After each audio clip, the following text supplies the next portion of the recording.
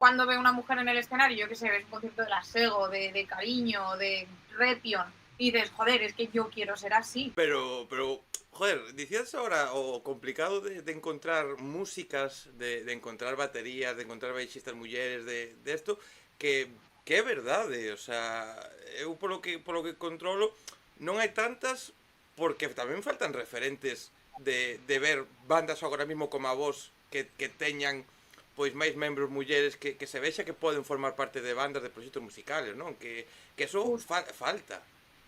Sí, no, no, totalmente. Si es que solo tienes que ver los carteles de los festivales.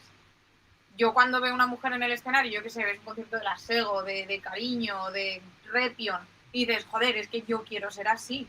Pero claro, si te encuentras con un cartel que son todo hombres, que vale, son buenos, pero al final pues tú no te ves ahí reflejada.